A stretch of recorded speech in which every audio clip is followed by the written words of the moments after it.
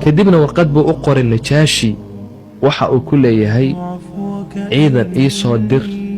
maroodina ii soo raaci weerar baan ku qaadayaa maka kacbadaasaan soo duminayaa waxa uu u soo diray ciidan fara badan buu u soo diray waxa uu soo raaciyey 13 maroodi ayuu soo raaciyey maroodiga ugu weyn ee maroodiyaasha hor socda magaciisa maxamuud baa la yidhaahdaa isaga oo kale lama arag ciidanka uu soo diray aad bay u fara badnaayeen ninkii abraha waxa uu bilaabay inuu ciidankii u dhaqaajiyo waa 60,000 oo askar oo xabashiya waxay bilaabeen inay u dhaqaaqaan dhinaca iyo maka markay dariiqa ay sii marayeen meel yamanta ka mida ayaa waxaa ku soo baxay nin la yidhaahdo duunafra ayaa ku soo baxay dagaal buu ku qaaday isagoo ciidan wata waa la jebiyey isagana waa la qabsaday kadib markii ay soo gaadheen dhulka la yidhaahdo qafcam waxaa ku soo baxay nufayl ibnu xabiib oo ahaa kii saxaarada mariyey kiniisadda ayaa ku soo baxay isagoo ciidan yar wata isagiina waa la jebiyey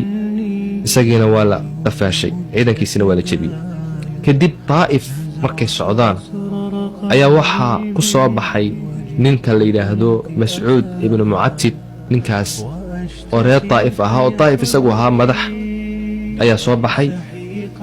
ninkii abrahu la hadlay waxa uu yidhi dadkuu gargaara ayaanu kugu taageeri ciidan maanu ku raacin wax waddada ku tusa ayaanu ku raacin annaga kula dagaalami mayna nabadbaadi nabadgeli wuxuu raaciyey nin la yidhaahdo abarigaal si uu u tuso ilaa maka meel markii ay socdaan la yidhaahdo almuqamis meesha markii ay soo gaadheen ninkii aburigaal ay odhanayey wuu dhintay xaggaana waa lagu aasay carabtuna intay u xanaaqday ninkaas ayay qabrigiisa shiideen abraha waa ka dhaqaaqay meeshii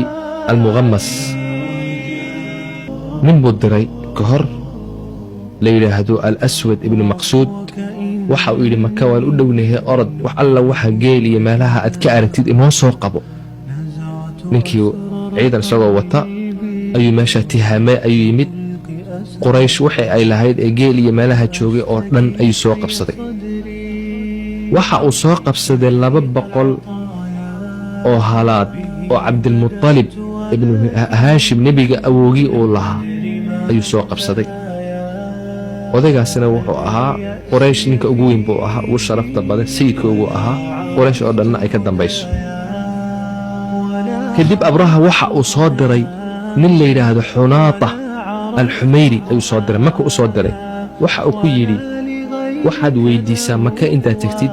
ninka sayidka ree maka ah weydii ee uguna sharafta badan kadib waxaad tidhaahdaa boqorka abraha ee soo socda ciidankan wataa wuxuu ini leeyahay innii lam aati lixarbikum umaan iman anugu maka inaan inla dagaalamo innamaa ji'tu lihadmi haada albeyt waxaan u imid inaan gurigan aan dumiyo kacbada haddii aad kacbada igu daysaan waxba inii dirsani maayo kacbada umaan dumin waa iska noqon dhiiggiina yaacini maayo